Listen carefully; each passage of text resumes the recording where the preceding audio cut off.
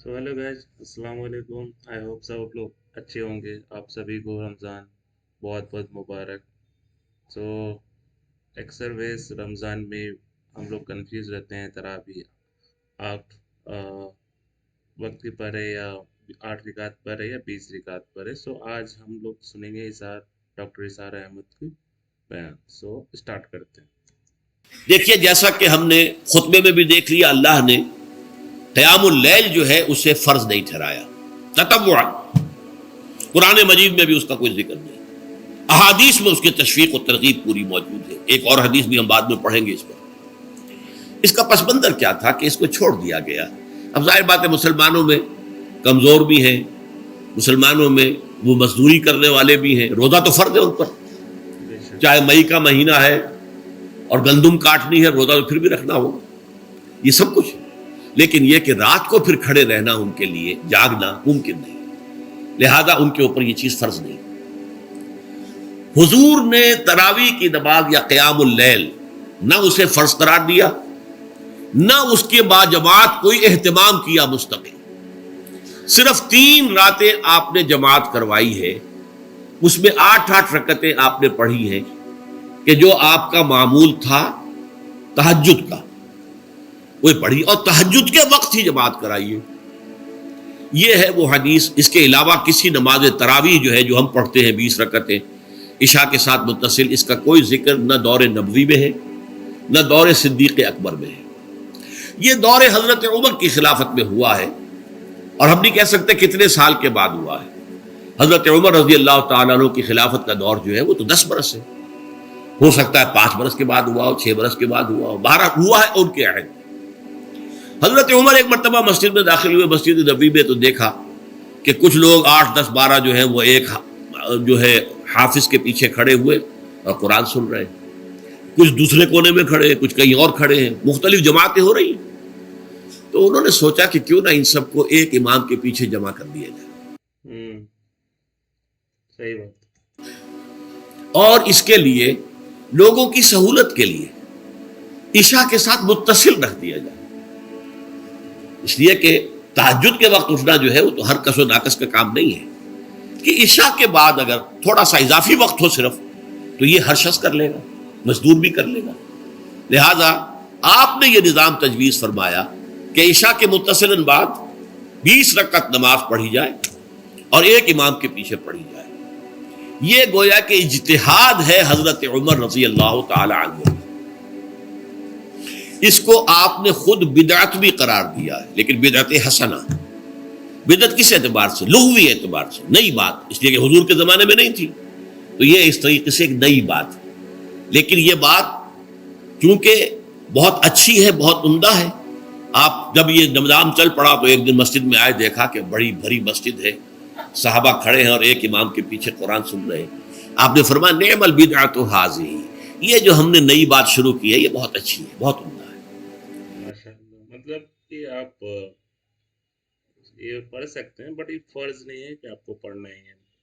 ठीक है। अब यहां से फर्क वाक़े हो गया है।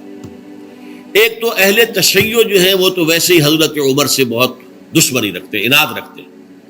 तो हजरत उमर के इज्तिहादात से उन्हें नफरत है, उन्हें दूरी है, चाहे वो कोई सा भी हजरत उमर का इज्तिहाद हो। हमारे यहाँ अहले हदीस हजरात भी दर हकीकत हजरत उमर या किसी और खलीफा राशिद के फेल को वो समझते हैं कि ये एग्जेक्टिव ऑर्डर्स हैं, ये हमेशा के लिए नहीं है। हजरत उमर ने अपने दौर में एक निज़ाम कायम किया, उनके दौर के लिए ठीक था, ये हमेशा के लिए नहीं। हमेशा के लिए वो 8 ही रकतों के कायल हैं, वो तहज्जुद वाले। लेकिन उसमें बहरहाल उन्होंने भी खुद ये इजाफा किया है कि वो 8 रकतें वो ईशा के साथ मुत्तसिल पढ़ते हैं, तहज्जुद के वक्त तो नहीं पढ़ते। और हुजूर ने तो सिर्फ 3 रोज जो है वो कराई थी जमात, वो लोग 30 दिन या 29 दिन पढ़ रहे हैं, तो इजाफा तो उन्होंने भी कर दिया, तो निज़ाम में तब्दीली तो हो गई।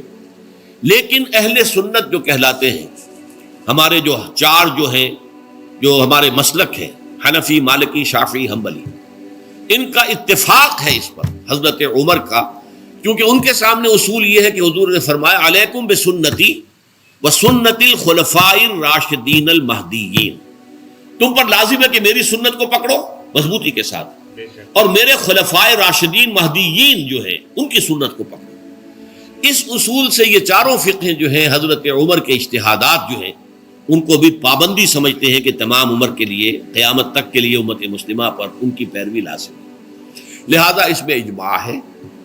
اور یہاں تک کہ یہ سب سے آخری جو اس میں مسلک پیدا ہوا ہے زمانی اعتبار سے، سب سے پہلے مسلک جو ہے حنفی پیدا ہوا ہے، پھر مالکی پیدا ہوا ہے، پھر شافعی پیدا ہوا ہے، اور پھر حنبلی آخری ہے۔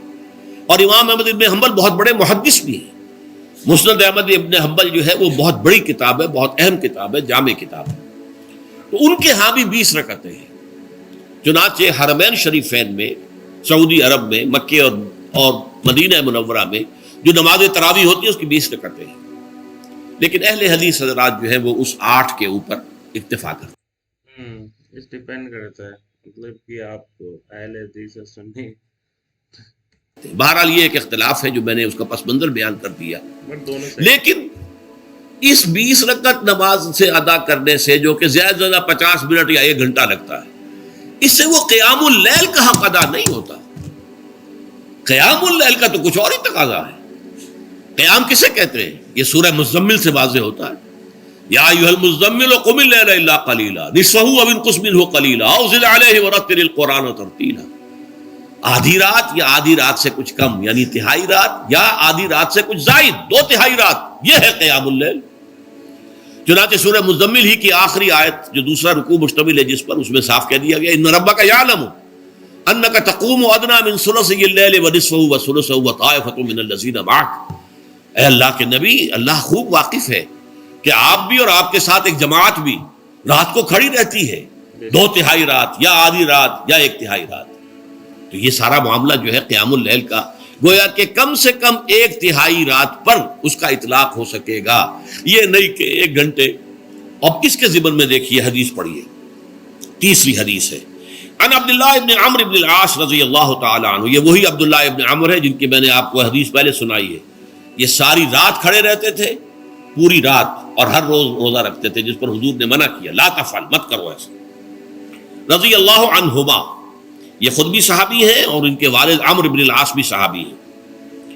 ان رسول اللہ صلی اللہ علیہ وسلم قال، کہ اللہ صلی اللہ علیہ وسلم کے رسول صلی اللہ علیہ وسلم نے فرمایا، الصیام والقرآن یشفعان للعبد، روزہ اور قرآن بندے کے حق میں شفاعت کریں گے۔